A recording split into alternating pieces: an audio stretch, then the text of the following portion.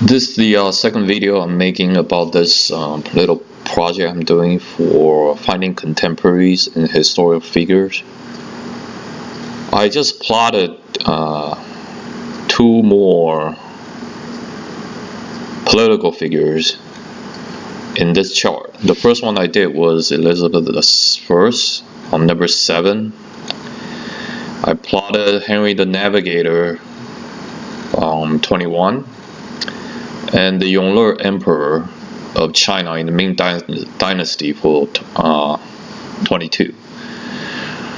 One thing you notice is that when Yongle Emperor usurped the throne from his nephew during the early years of 1400, after he took over the throne, he ordered Zheng He to lead a expedition of hundreds of treasure ships, 50 to 100 treasure ships, I don't know the exact number, and sail from China all the way to the east coast of Africa. That expedition has 7 voyages. And Henry the Navigator just born during the reign of Yongle Emperor. As everybody knows, Henry the Navigator is the central figure at the early stages of Age of Discovery, and he is an instrumental figure for the Portuguese Empire to explore the west coast of Africa and eventually sail into the Indian Ocean.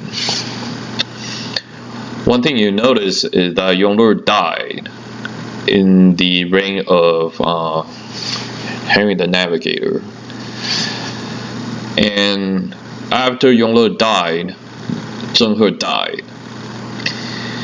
After Yongle Emperor of China passed away, no any other emperor in the history of China has financed any more naval expeditions to the rest of the world. That marked the beginning of the decline of the Chinese culture and the civilization compared to the European powers. That was the year of 1424. So you could pretty much argue from that day on, China went to sleep.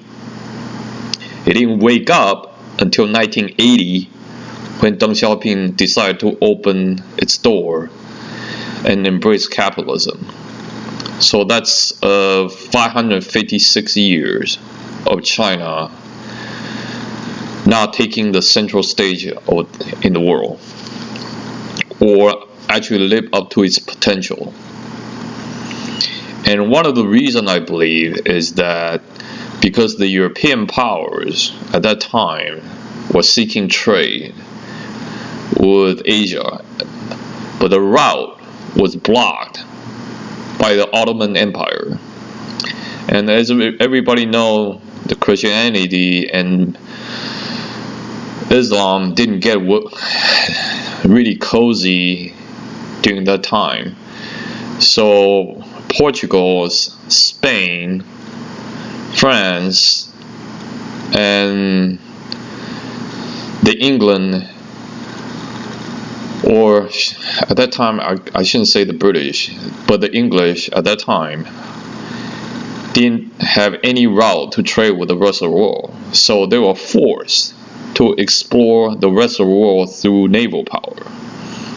But China, since its domestic consumption is big enough to support its own economy, the Chinese didn't really need export or trading of export to sustain its own economy. So China can actually lock itself out from the rest of the world and not to have any significant contact or any motivation to develop a powerful navy that expand across the globe. That is an interesting observation by listing the Henry the Navigator and the Yongle Emperor on this chart. So one of the history lesson from this exercise is that small countries, small nations that are well motivated to take on bigger challenges can sometimes be more powerful at the end compared to a larger country if the circumstance and the people are right at that given moment of time. Okay, thank you.